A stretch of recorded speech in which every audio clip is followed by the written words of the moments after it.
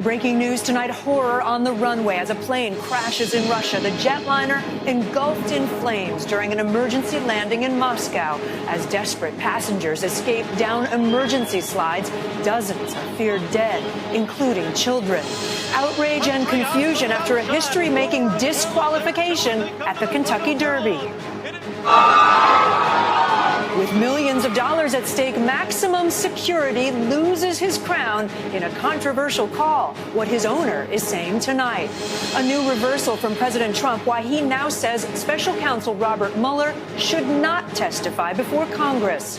The dramatic moments in Florida after a plane slides off the runway and into shallow water. Passengers waiting on the wings for help. One describes the terrifying aftermath and how he survived. The parents under investigation tonight for defying doctors and stopping their son's chemotherapy treatment as his condition improved. So who gets to decide the best medical treatment for our kids? A consumer alert why nearly 12 million pounds of chicken strips are being recalled. And Shooting Star, the NASA photographer, and the stunning images that are truly out of this world. This is NBC Nightly News with Kate Snow. Good evening. The plane had been in the air for just half an hour when the pilot turned it around, heading for an emergency landing at Moscow's main international airport. And just look at what happened as it touched down. The Aeroflot passenger plane with 73 passengers and 5 crew members on board was fully engulfed in flames as it came down that runway. With the rear of the plane burning, passengers scrambled to escape on emergency chutes. Late today, Aeroflot said the crew did everything it could to save lives, but dozens are feared dead. Our Sarah Harmon has more. Tonight, a Russian passenger plane became a fireball. Flames consumed the back half as survivors escaped on inflatable slides, fleeing the burning wreckage on foot.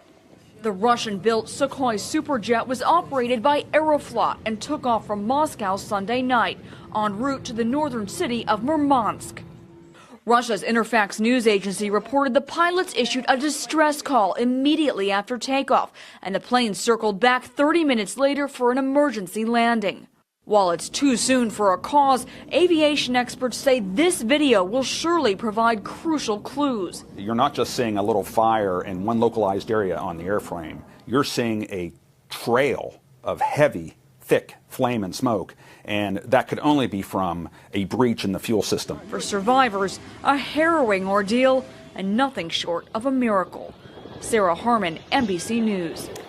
Back here at home, a lot of questions tonight about the historic reversal at yesterday's Kentucky Derby. For the first time in the race's history, the horse that finished in first place was disqualified for an on-track foul. Ron Mott now on the controversial call. Maximum security wins the Kentucky Derby! The run for the Roses turned thorny moments after maximum security crossed the wire ahead of 18 other horses in the biggest race of the year, where jockeying for position is common in a field this large. There is an objection that has been posted on the board. After a delay of more than 20 minutes, racing stewards disqualified the apparent winner for interference. You can see it right there for the first time in 145 Kentucky Derbies. The crowd shocked. Those horses were all affected, we thought, by the interference.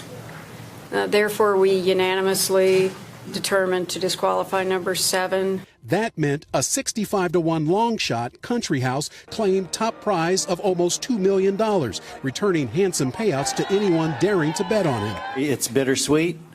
I'd be lying if I said it was any different. But Maximum Security's co-owner called it the most egregious disqualification in the history of horse racing. Even the president tweeting, "Only in these days of political correctness could such an overturn occur." It's not the kind of feel-good story the Derby usually produces, and comes as the sport deals with sagging popularity and nearly 24 horse fatalities at a California track this winter. Yeah, it's not the best timing for horse racing right now to have that happen, but it is the safest thing for the horses and for the jockeys to try to make sure that the riders know that they have to maintain a straight course no matter the quality of the race. Today, fans touring the stables largely agreed with the stewards. I have no regrets on how they called it. I think they did the right thing. I had money bet on Maximum Security, so a little bit upset. And those fans who bet on maximum security lost an estimated $9 million because of the disqualification. The question some are asking tonight, what has horse racing lost?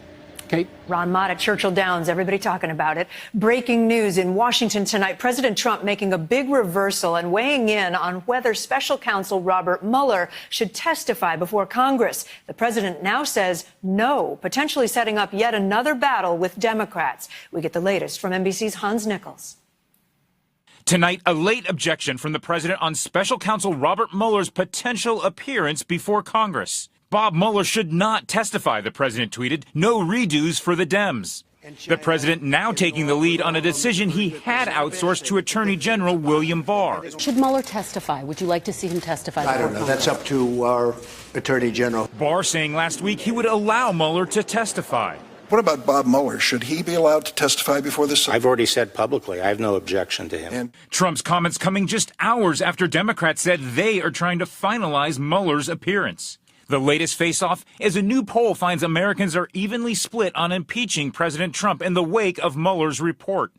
The showdown with Congress playing out as the president's North Korea strategy may be unraveling, with Kim Jong-un launching short-range projectiles this weekend. Mr. Trump still showing optimism. He also knows that I am with him and does not want to break his promise to me. Deal will happen, with his Secretary of State also keeping the door open. We still believe that there's an opportunity to get a negotiated outcome where we get fully verified denuclearization.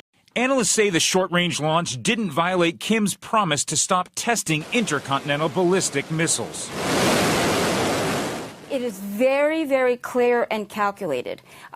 In other words, he did not cross the explicit red line that had been set earlier.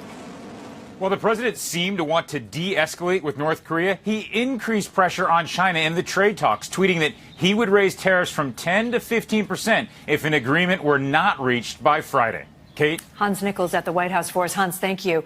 The president's former personal lawyer, Michael Cohen, will begin his 3-year sentence in federal prison tomorrow.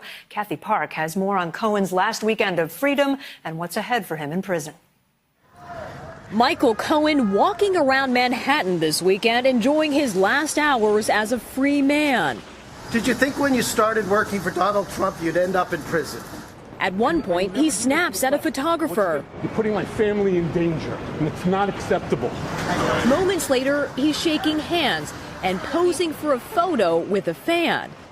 Tomorrow, Cohen begins a 3-year sentence for tax evasion, campaign finance crimes, and lying to Congress, all while working for Donald Trump. In an interview with The New Yorker, he doubled down on his former boss, asking, "How come I'm the one that's going to prison? I'm not the one that slept with a porn star." Cohen will serve his sentence here, the federal correctional institution in Otisville, New York. In the prison's minimum security camp, he'll join The Situation from MTV's Jersey Shore, convicted of tax evasion, and Fyre Festival founder Billy McFarland, convicted of fraud. They come in and they're nobody, to be honest with you. They're another number. Jack Donson worked at the prison as a case manager. You are told when to eat, when to wake up, when to go to bed, and you also are counted 5 times a day. Just 70 miles from his Park Avenue apartment, but a world away. And Kate, for his part, President Trump has actually denied all of Cohen's allegations, and Cohen is set to surrender before 2 p.m. tomorrow. Kathy Park, thanks so much. 3 people are dead tonight after a massive explosion at a silicone manufacturing plant near Chicago. Police say the explosion Friday night involved hazardous materials and also damaged several nearby buildings. The cause is still being investigated. We're watching the severe weather that swept across the country this weekend. In Savannah, Georgia, this was the moment a possible tornado struck at a yacht club yesterday, flipping boats over. Other areas saw massive flooding. The Mississippi River in the Quad Cities crested at more than 22 feet, breaking a 26-year-old record. Those severe storms are delaying efforts to find out how a plane slid off the runway in Jacksonville, Florida, Friday night. The 737 was coming in for a landing and unable to stop, ending up in a river. NBC's Tammy Leitner spoke to one of the survivors. Baby coming through, baby coming through. Tonight, our first look at the harrowing aftermath of that Boeing 737 that slid off a Jacksonville, Florida runway and into the St. Johns River during a storm Friday night. 142 people were on board. Retired Navy Commander Bob Gibson was one of them. On impact, everything went flying. The plane lost power, and then we were kind of deluged with water. 22 were injured in the accident. Today, thunderstorms brought the investigation and cleanup to a halt.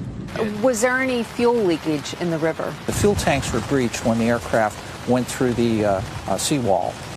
Yesterday, investigators retrieved the flight data recorder. And according to the NTSB, we now know the pilots wanted to land on a different runway facing the opposite direction. The cockpit voice recorder, when we recover it, will give us a lot more information on what the crew was thinking. The cockpit recorder, which has the recording of the conversations between the flight crew and the air traffic control, is in the tail of the aircraft, still underwater. Investigators say tomorrow is the earliest they'd be able to pull this plane out of the river, and they're still not exactly sure how they're going to do it. They could use a barge or a crane. Kate? Tammy Leitner, thank you. The sudden death last week of director John Singleton has led to some important conversations in this country, particularly around the health of black men. Experts say a surprising gap in the medical field is causing some preventable health problems for a population already at risk. Here's Ron Allen. Every week, Otis Green visits this elementary school trying to get these students more interested in science and math. This is a great opportunity to learn, right? It's the first step toward getting them to think about following in his footsteps and someday becoming a doctor. I don't actually see any other fields that can compare to actually helping people get through their toughest or lowest of times. This 31-year-old married father of two is on a journey few young black men take. He's a first-year medical student at Morehouse School of Medicine in Atlanta. The number of African-American male medical students peaked at 542 back in 1978 and has been falling ever since. In 2014, only 515 black men entered America's medical schools in a class of some 20,000. Green says the education requirements and the cost in time and money turns many of his peers away. He expects to be some $200,000 in debt. You took the medical exams 4 times to get in. Yeah, yes, sir, correct. This is like 9 years plus of school. It's nothing else I would want to do other than practice medicine. Dr. Ngozi Anakbe is Dean of Admissions at Morehouse. There are a lot of black men who don't even know that this is an opportunity that they should aspire to. Right. Because they've never seen a black male physician. You doing all right? Yeah, doing good. Dr. Omari Haj, a family physician, believes the lack of black men in medicine is one reason black male life expectancy is among the nation's shortest, age 72. Studies show black patients are more likely to get preventive tests like colonoscopies and prostate exams when they have black doctors. People like and feel comfortable around people who look like them. New York City by the sea. Back in the classroom, Dr. Green's work is making an impact. I don't have nobody in my family that's a doctor, so I want to step up and hopefully I can help people that's in need. Young future physicians, perhaps, in a community that desperately needs them. Ron Allen, NBC News, Atlanta. Riley Howell, the 21-year-old student who died trying to stop a shooter at the University of North Carolina, Charlotte last week, was buried with military honors today. Howell, who was a cadet in the school's ROTC program, lost his life after running at the gunman and tackling him. One other student was also killed. 4 were injured. Still ahead tonight, nearly 12 million pounds of chicken strips recalled. What you need to know. Also, why the parents of a 3-year-old with leukemia want to stop his chemotherapy treatment.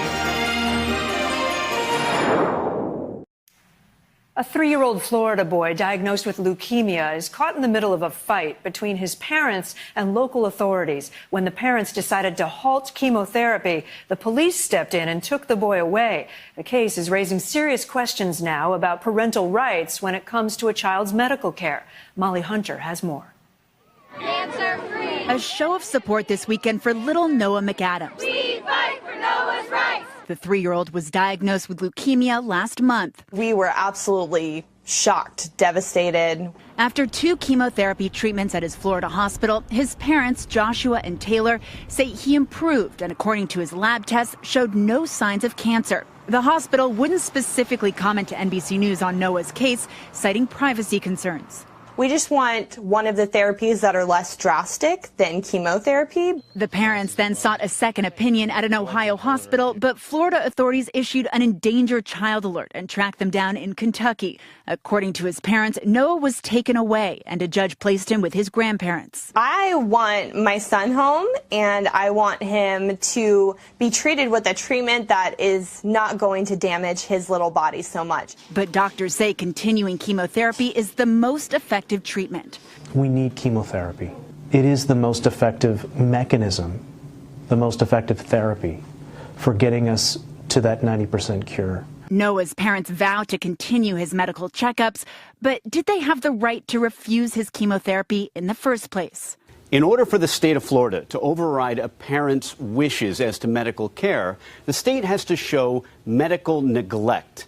Now, if the parents call an oncologist in court who can show that chemo isn't necessary and that there are other medically appropriate treatments, the parents might actually win. But right now, they don't even have their next hearing date. Kate? Molly Hunter, thank you. When we come back, how often do you replace what's in your closet? Why so-called fast fashion may be hurting the planet? And shooting stars, the NASA photographer whose stunning images are out of this world.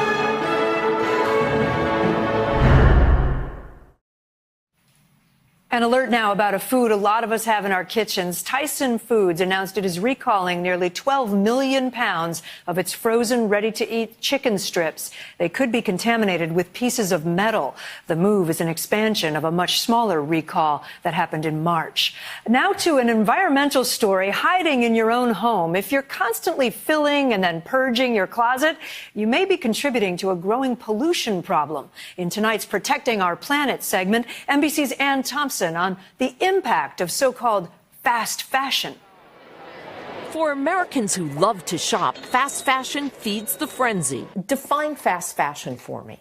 It's about getting something that's in style out to customers as fast as possible, and then it's priced low enough to where it encourages overconsumption. In 1990, we bought an average of 40 garments a year. Today, it's 66. To make room for all those new things, we are throwing out 70 pounds of clothes a year. Elizabeth Klein, author of Overdressed, The Shockingly High Cost of Cheap Fashion, tracks the trend. How often do you come out here and find bags of clothes? I see clothes in the trash cans all around New York City on an almost daily basis. Clothing destined for landfills, the amount more than 4 times what it was in 1980. There it can take years to decompose, up to 200 years if it's made of polyester, a synthetic fabric of plastic derived from oil. We're wearing plastic when we wear polyester, and the polyester industry alone consumes 342 million barrels of oil. But in this Bronx warehouse, Serge Lazarev is creating a better way. Clothing can be reused or it could be recycled, but in any way it doesn't have to end up in the garbage. His Green Tree Textiles picks up used clothing around New York. 30% is resold, 70% is recycled into fibers for mattresses, pillows, and insulation. This could be your old t-shirt. How has fast fashion impacted your business? Fast fashion has made us very busy. And, I'm glad that we're busy, but the amount of clothing that comes in is just overwhelming. Another idea for cutting clothes waste? Just by wearing your clothes for 9 months longer, it can reduce your carbon footprint for that garment by 30%. Staying sustainable and chic without the planet paying the price. Ann Thompson, NBC News, New York. I'm a big fan of Dress for Success, giving your clothes to them. We are back in a moment with the man who's captured space history for more than 30 years. Finally tonight, space travel is one of the most challenging and hopeful human endeavors. And for 30 years, one man has been responsible for documenting some incredible moments at NASA. Kerry Sanders has our nightly snapshot. Behind every one of these stunning photos is a man who would rather not be seen. For 3 decades, Bill Ingalls has been NASA's earthbound man behind the lens. On this day, we're with him on Wallops Island, Virginia. for a liftoff to resupply the International Space Station. I want to make sure I'm just not tight exclusively on the rocket and want to get some of the flame as well. Do you feel pressure? Absolutely. 5, 4, 3, 2, 1. And it's go time. And we have engine ignition. We have liftoff. As the rocket leaves the atmosphere, Bill is on the move. His wireless field office, the back of his SUV. And now the race begins? Yes, sir. You got to get it out. Yes, sir. His first high-def images hit the news wires and social media just 6 minutes after liftoff. I've got 2 more cards here we got to offload, but yes. Up next, his other pictures from 13 remote cameras positioned before liftoff. Booyah. The shutters automatically triggered by the roar and vibration of the rocket's engine. Bingo. From liftoff to out of sight on this day, Bill's cameras captured 1,765 photos. Over the decades, he's documented NASA's every step, even from inside an active volcano. You've been just about everywhere that NASA operates, except up there. Are you going? I'd love to go. You have a way to make that happen? Bill Ingalls, truly a photographer to the stars. Kerry Sanders, NBC News, Wallops Island, Virginia. Gorgeous images. That is NBC Nightly News on a Sunday night. Lester Holt will be back with you tomorrow. I'm Kate Snow. For all of us at NBC News, have a great night.